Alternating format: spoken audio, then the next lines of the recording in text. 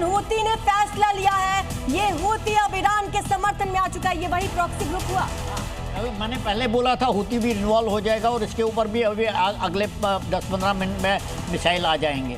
जो पहला आपने सवाल पूछा था, देखिए अमेरिका की 5-6 बेसेस हैं उस इलाके में और उनको सुरक्षित करना है।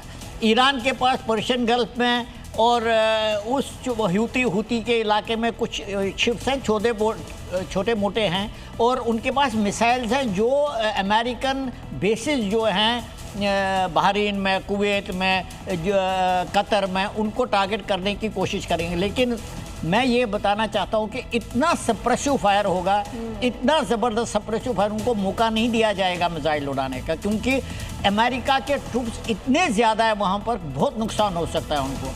दूसरी बात मैं ये कहना चाहता हूँ, मुझे नहीं लगता कि इजराइल और अमेरिका ग्राउंड ट्रूप्स कमिट करेगा। हाँ, जैसे कर्नल राठौर साहब बता रहे थे, कुछ छोटे मोटे दस्ते। लेकिन मैं आपसे एक बात समझना चाह रही हूँ, आप कह रहे हैं कि अमेरिका ऐसा होने नहीं देगा, लेकिन ऐसा नहीं है कि ईरान को इस बात की जानकारी नहीं थी कि अमेरिका हमला नहीं करेगा। तैयारी तो ईरान ने भी की होगी कि अगर हमला हुआ तो हम भी, जैसा हमने वादा किया था कि हम उनके एयरबेस पर हमले करेंगे।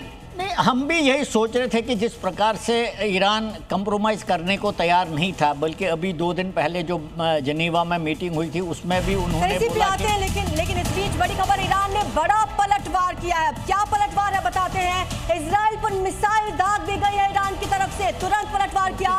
ईरान ने इजराइल पर मिसाइल अटैक किया है। ईरान ने ये बड़ा पलटवार किया है और यहाँ पर इससे पहले हमने आपको बताया कि हूती आतंकी संगठन का भी सपोर्ट अब ईरान को मिल रहा है। और इस वक्त की बहुत बड़ी खबर आपको बता रहे हैं, ईरान ने अपने पलटवार की शुरुआत कर दी है। अब ये समझिए कि ईरान ने इजराइल पर मिसाइल दागनी शुरू कर दी है, जबकि इजराइल का एयर स्पेस बंद है। ऐसे में ईरान से MiG-29 उड़ान भरता है और अब जानकारी मिल रही है कि इजराइल पर मिसाइलें दागी गई हैं। हालांकि अब इजराइल की तरफ से क्या पलटवार किया जाएगा, जैसे कि ट्रंप कह चुके हैं कि युद्ध लंबा चलेगा और इन सब के बीच में ईरान ने बड़ा पलटवार किया है। हालांकि इजराइल के कौन से वो शहर है, कौन सी वो जगहें हैं जहां पर टारगेट की गई है मिसाइल, इसके बारे में अपडेट नहीं। लेकिन राठौर सर, जैसा कि कहा जा रहा था कि ईरान जो है वो पलटवार करेगा, लेकिन इतनी जल्दी करेगा इसकी उम्मीद नहीं थी। देखिए, यहाँ पर ईरान अपने लोगों की निगाह में ऐसा नहीं दिखना चाहता है कि वो हार गया है। अगर वो मिसाइल नहीं दागता है और ट्रंप के जो बयानात आ रहे हैं कि आप सड़कों पे निकलिए, ईरान की लीडरशिप के लिए मुश्किल हो जाएगा, तो ईरान का ये एक्सपेक्टेड मूव था कि वो मिसाइल दागेगा या ड्रोन्स दागेगा, वो कर रहा है। और इसके अलावा ईरान इससे ज़्यादा कुछ कर नहीं सकता। उसकी एयरफोर्स में जिस MiG-29 का आप नाम ले रहे हैं, वो एयर डिफेंस फाइटर है, वो ईरानी स्काई में ही रह सकता है, बाहर नहीं आ सकता। और वहाँ पर ये अभी बहुत बड़ी मुश्किल में ईरान फंसा है और सारे लीडरशिप के उनके पास लोकेशंस हैं और एक एक करके आप देखेंगे निकाले जाएंगे।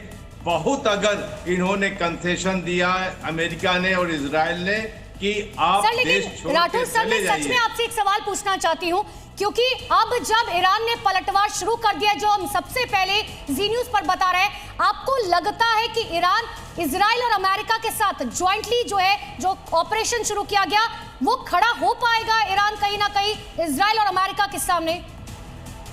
ईरान के पास मिसाइल आर्सेनल है, वो फायर करेगा, लेकिन ये बात है कि उसका इनएफेक्टिव होगा। इजराइल के ऊपर जो भी मिसाइल्स आती हैं, ये मान के चलिए अगर 30% भी गिर जाती हैं तो इजराइल प्रिपेयर्ड है। वहाँ पर पिछले 3 साल से इजराइल लड़ाई लड़ रहा है, सारे लोग बेसेस में हैं, सारे लोग बंकर्स में हैं, इतना नुकसान नहीं होगा। इस बार जो ये लड़ाई है बड़ी प्रिपरेशन के साथ है, इसमें ईरान को अल्टीमेटली झुकना पड़ेगा, क्योंकि ईरान को कहीं से मदद नहीं मिल रही है। न रूस मदद देगा,